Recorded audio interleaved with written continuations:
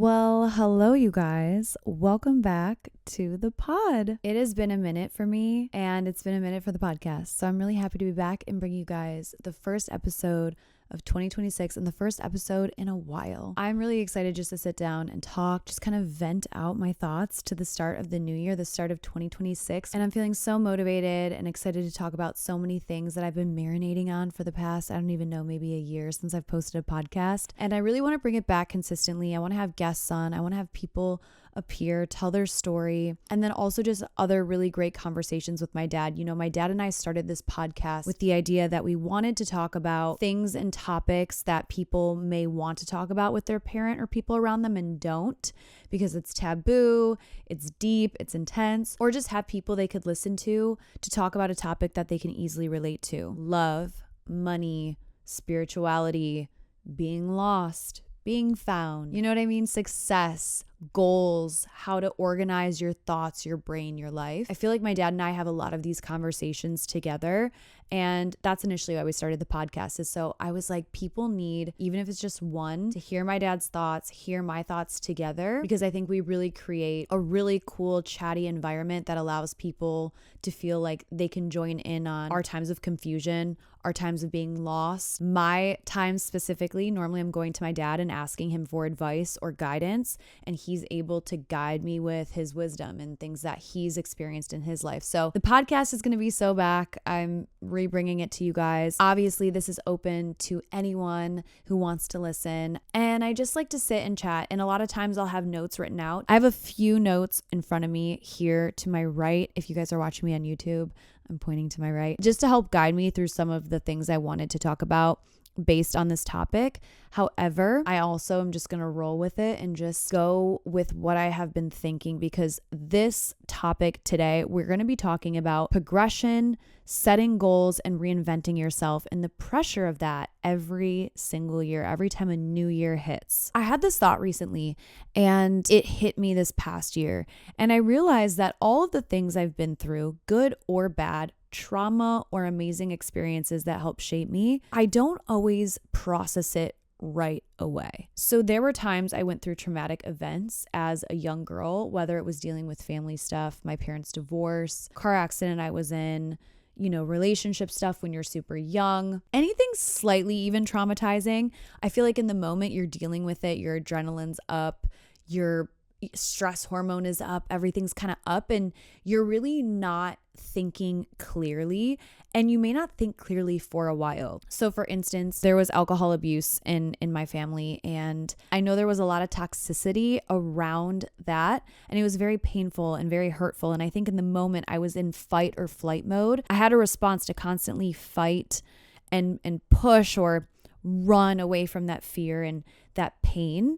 And I think as I've gotten older, years have gone by since a lot of those traumatic experiences. As I am now out of the situation and I've experienced other things in life that's caused me to go into this fight or flight. It's made me go, okay, I'm going into fight or flight mode for other things because it is triggering a trauma response for when I was younger. And then as I'm realizing I'm doing these things, I then process it. Every experience I've had, I process at different rates. Whether it was the most amazing vacation I went on, in the moment I'm living it, but then a few months go by and I process how amazing it was. And I'm like, that was top 5 best experience of my life, right? You process kind of later, but that was just a few months. I think for some certain traumatic experiences I've been in, it has taken years for me as a human to process it. And not only has it taken years, it's taken other experiences to trigger the same responses that I used as self-protection when I was younger, to really open me up in that moment and be like, wait, I'm using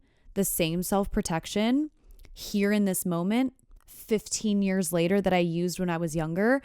And this tactic I used when I was younger is not healthy, and I'm using it now and it's not healthy. And so then I go into processing, and I finally process the pain. And what is so crazy about that is you kind of relive and re-experience how scared or traumatized or upset or abandoned I felt. And I go through those in a different stage because I'm older now and wiser, and I've learned a lot. But as I'm going through those triggers and those traumas, I'm also processing the little girl in me, because at the time, all I was trying to do was create that protective guard, that barrier against those things. I don't mean for this podcast to be negative at all. I just want it to be something where we're going to get to why this ties into a new year. And where I'm going to go with that is, I think at the top of the year, you almost can't escape processing your year before, right? What did you do that was amazing? And what did you do that you didn't love so much and that you want to change? It's almost like you go on social media, you watch TV, you're talking to your friends, you're talking to family members, and everyone's kind of reevaluating the year. And even if they're not reevaluating the year, they're like, what are your goals? What do you want to accomplish? Everyone's talking about it. Do you want to hit the gym? All right, I'm going to hit my new body this year. I'm going to find my person. I'm going to find my partner. Everyone is processing what that last year either did or didn't give them, and what they want to get in the new year. And I think what's so interesting is, as I've learned and met a lot of people don't process things throughout the year, especially things that hurt them, cause pain, cause confusion, maybe cause an identity switch. I don't know how many people really sit, process, work on themselves, heal from friendship breakups, heal from the letdown of family members, heal from that relationship that hurt you, heal from your own self, heal from a traumatic accident, sickness, whatever it is. It's hard, right? Because when you're out of it and you finally fight or flight out of it, you're like, okay, I don't want to like think about that. I just made it out alive. I kind of want to go on in life until it gets brought up again, right? i.e. another traumatic experience, or even a happy experience, or a new year, right? Something so interesting. And I think about younger siblings. I have a younger cousin I'm really close with, and even just younger girls, anyone that's younger out there listening to this podcast. You know, I think to myself, it's really important to make smart decisions when you're young, especially things that can impact your health and wellness, like partying or who you're having sex with, sexual partners. And a lot of people do just say, oh, you know, I'm just having fun, or, oh, you know what, he didn't really ask my permission, but whatever, we were drinking, you know, things like that. I think what I've realized is, from a lot of friends' experiences and even younger people, what happens is, in the moment, you think, okay, I was drunk, he was drunk, like she was drunk, whatever. They didn't ask my permission to do this or take advantage here, and I just like let it happen. I think in that moment, a lot of the times that isn't processed. And then as years go by, and maybe you're struggling with your sexuality, or you're struggling in relationships or friendships or communication or whatever, you're like, you then process really what had happened to you when you were younger. And I think for me, I had stuff happen to me from ages 11 to my early 20s till I moved to LA, where I was allowing things to happen, manipulation, a lot of just like really sad stuff. And it was a family member for sure. And I was so heartbroken by that experience. And I used so many protective tactics to get me through those moments, to either brush it off and continue that relationship that I had in my life, because I loved this person so much. I would use protective tactics back to this person or on this person or on myself to protect myself in that moment, and then erase it the next day and just push forward because I loved this person, and letting this person go out of my life was really tough. It was someone who literally gave me life. You know what I mean? And I struggled with that. And so I was using all these fight or flights to quickly just like bounce back, bounce in and out, and just really just maintain homeostasis and continue to live my life. And now, you know, in my late 20s and my early 30s, I've had similar abandonment issues or self-worth issues that have come up, and I'll jump into these fight or flight protective things, and people are like, whoa, whoa, whoa, whoa, whoa. This is not how you deal with this. This is not how you communicate. Or it's just not that they're saying that to me. It's just then not working, and I'm not getting what I want because it's not healthy. And then I had to process what happened to me and what I need to do differently to be better. And so let's get into the new year. So I think there's so much pressure around a new year and processing what you didn't accomplish, right? Or maybe what you accomplished, but it wasn't enough. You know what I mean? And then you're like, okay, well, I did hit the gym pretty well and I was doing really good, but now I'm going to go even harder and get my butt even bigger or lift even more weight and be even sexier, you know? Or I didn't get that partner, or I had a breakup and this year I'm going to find my husband. I'm going to find my wife. And there's all of this pressure. And on top of it, some people are processing exactly what happened that year. Because if you think about it, throughout the year, there's not many other instances to really slow down and process. Maybe around a birthday, potentially. Maybe around the holidays. I feel like around the holidays, people really start to process, especially if they, have a loss or financially are not in a great place to give gifts and contribute to, holiday parties and all of this stuff. It's a lot of pressure. And the reason why I'm doing this podcast is because I want to relieve you by saying that you can go through your year and at any point slow down, at any point reflect, at any point process, and just know that it'll never really feel that great, especially if you're processing a time or a situation that was very traumatic, or even if it was just slightly traumatic, or if it was just so amazing, you want to relive that high again and recreate it. I think any time of the year you can pause, reevaluate your goals, and get back into it. I think I've also just thought I need to wait to the new year to redo and reevaluate my life. And that's so not true. You can literally use any moment to reevaluate, reflect, and process your life events and currently what you're going through, or maybe what you went through a few weeks ago. Reevaluate and realign yourself with where you want to go. However, I will say at the start of every single year, I really do take the time to reflect, but I'm constantly reflecting because I realized that going through my year and taking one moment of each year, which is the top of the year, to reflect, maybe process, it wasn't really helping me. Also, at the top of the year, we talk about all the things we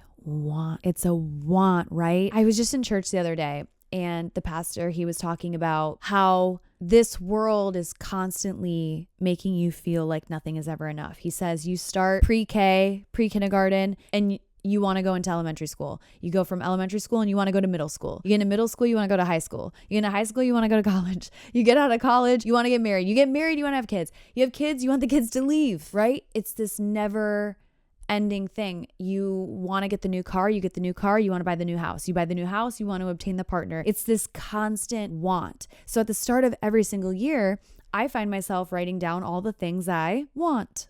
Right? And there's nothing wrong with wanting to accomplish these things, with wanting to achieve these things. But I think there's something so beautiful in showing gratitude. And basically in the church that day, he quoted Psalm 23.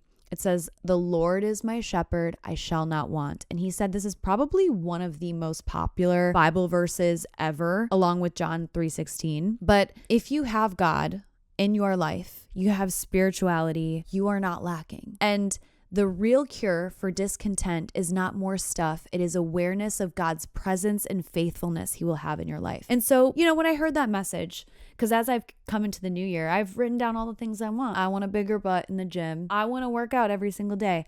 I want to eat healthier. I want my friends to be closer. I want my relationship. I want to go to Coachella with a brand. I want all these things. But then I have to realize that's a sign of discontentment, right? Because I wasn't content with what I achieved the year before. And even if you were, I'm not saying everyone is discontent, but we want more. And maybe just in the moment to have that awareness that having God's presence in your life and faithfulness is really the only thing that you need. And then everything else is just an extra little bonus. And there's nothing wrong with being motivated by getting in the gym again, eating healthier, being a better partner, getting therapy and help, and, wanting more for your faith, regardless of what you believe in, because honestly, you can believe whatever you want. He said in the service, the emptiness is spiritual. A God-sized hole cannot be filled by human-made things.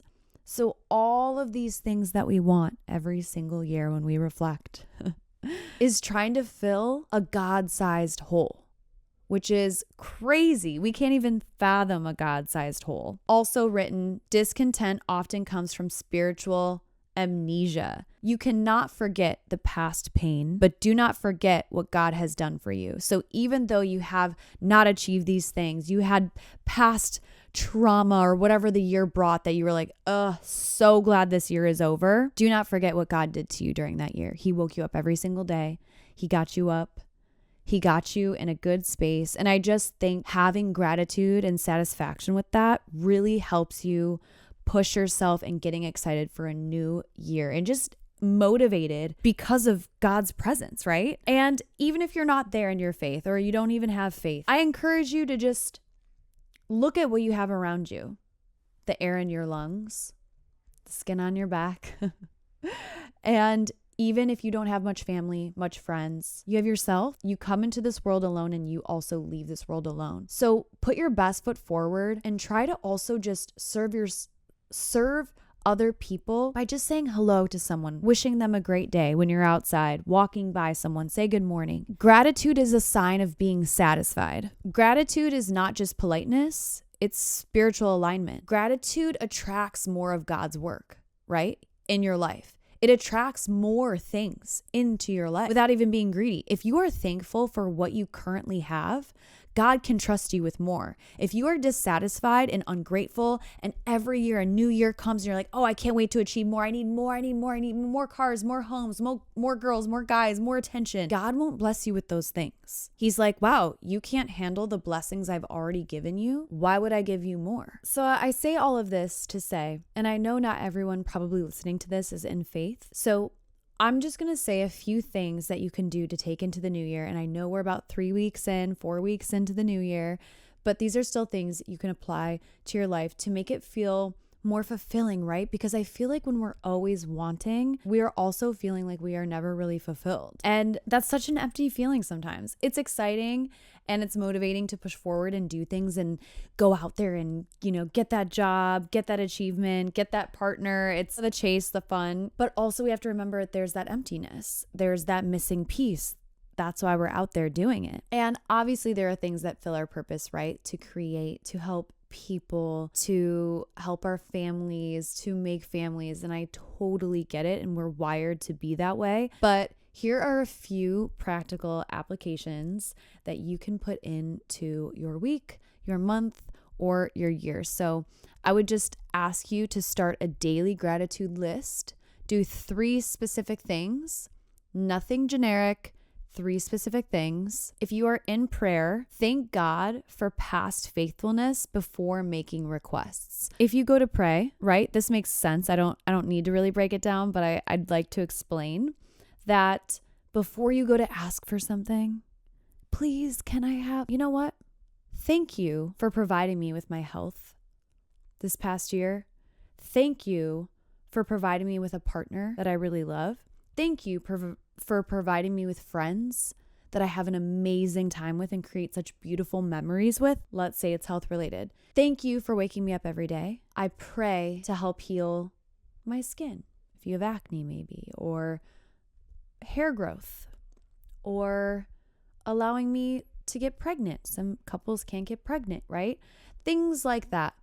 Always be grateful for your current. Always be thankful for what you have.